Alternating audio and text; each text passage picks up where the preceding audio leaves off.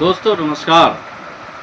आज हम आपको एक ऐसी महत्वपूर्ण जानकारी बताने वाले हैं जिसमें आप रोमांच से भरपूर होंगे और जानने के लिए उत्सुक होंगे कि यह आखिर कौन सी जानकारी है। दोस्तों, एक साइकिल जिसे चलाते हुए हमारी जवानी गुजरी और बचपन में जिसे चलाने का हमारा सपना हुआ करता था, वो साइकिल जिसका नाम है एटलस।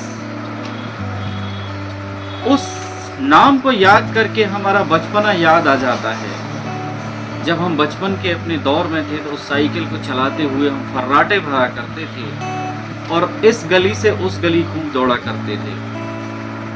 आज हम बात करेंगे उस एटलस साइकिल के इतिहास के बारे में, उसकी शुरुआत और उसके पतन के बारे में कि एक महान साइकिल कंपनी जिसने देखते ही देखते पूरे देश में अपना राज कायम कर लिया, अपना नाम बना लिया और धीरे धीरे आखिर ऐसा क्या हुआ कि कंपनी का कारोबार सिमट गया और अंततः सन 2020 में कंपनी बंद हो गई।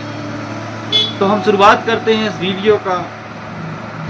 इस कंपनी की शुरुआत सन 1951 में हरियाणा के सोनीपत में हुई और इसकी नींव रखी थी श्री जय रामदास कपूर जी ने।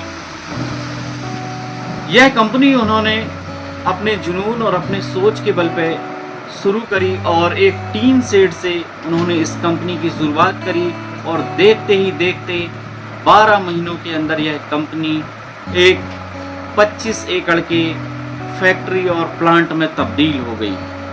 सोचिए क्या दीवानगी रही होगी इस कंपनी की और क्या लोगों के अंदर जुनून रहा होगा इस साइकिल के प्रति।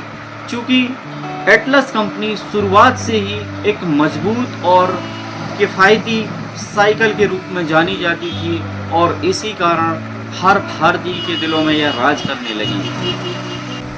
कंपनी जब एक टीन शेड से 25 एकड़ के प्लांट में पहुंच गई, तब कंपनी ने साल भर के अंदर ही अपनी 12,000 साइकिलें बेची और सन 1958 में कंपनी ने अपना निर्यात चालू किया। यानी देखिए कि कंपनी हमारे देश से शुरू हुई, 51 में कंपनी चालू हुई और 58 में कंपनी ने अपना एक्सपोर्ट भी चालू कर दिया दूसरे देश। इस कंपनी ने सन 1978 में अपनी पहली रेसिंग साइकिल को लॉन्च किया।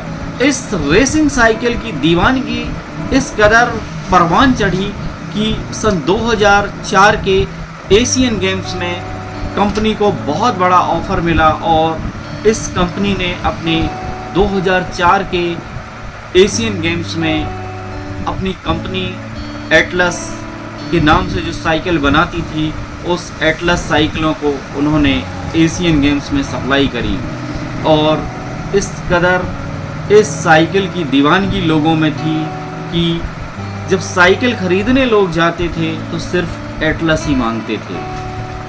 70 और 80 के दशक में एटलस कंपनी अपने शिखर पर हुआ करती थी। अच्छा खासा सब कुछ चल रहा था, प्रोडक्शन अच्छा था और डिमांड अच्छी थी, सेलिंग अच्छी थी। लेकिन दौर आया 90 के दशक का, जब उदारीकरण की नीति और वैश्वीकरण के कारण भारतीय उद्योगों पर बहुत ही गहरा प्रभाव पड़ा और कई भारतीय उद्योग अपनी पतन की शुरुआत में आ गए।